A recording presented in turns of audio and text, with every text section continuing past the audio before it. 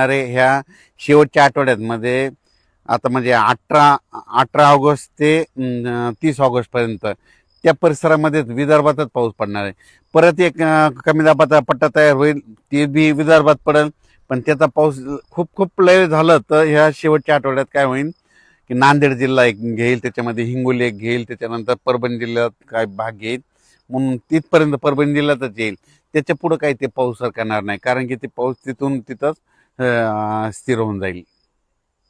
राज्यात सध्या तरी खूप काही असा मोठा पाऊस नाही, कारण की ज्यांच्याकडे पाण्याची व्यवस्था असेल तर तुम्ही तुमचं पाण्याची व्यवस्था करू शकता. कारण की खूप असा पाऊस मुसळधार पाऊस पडणं, ओढे नाले वाहतील, तसं काही राज्यात सध्या पाऊस नाही म्हणून अंदाज लक्षात येतो. तसा पाऊस येईल महाराष्ट्रात, ते येईल फक्त पुढच्या सप्टेंबरमध्ये, सप्टेंबर ऑक्टोबरमध्ये. तोपर्यंत शेतकऱ्यांना आपण आपल्या पिकाची काळजी घ्यायची. फक्त सध्या पाऊस राहील, फक्त विदर्भातच पडणार आहे म्हणून हा अंदाज त्या विदर्भातल्या शेतकऱ्यांना लक्षात येतं. आणि विदर्भवासियासाठी आनंदाची बातमी, कारण की तिकडं वरुण राज्याची बॅटिंग आता सध्या विदर्भाकडे आहे.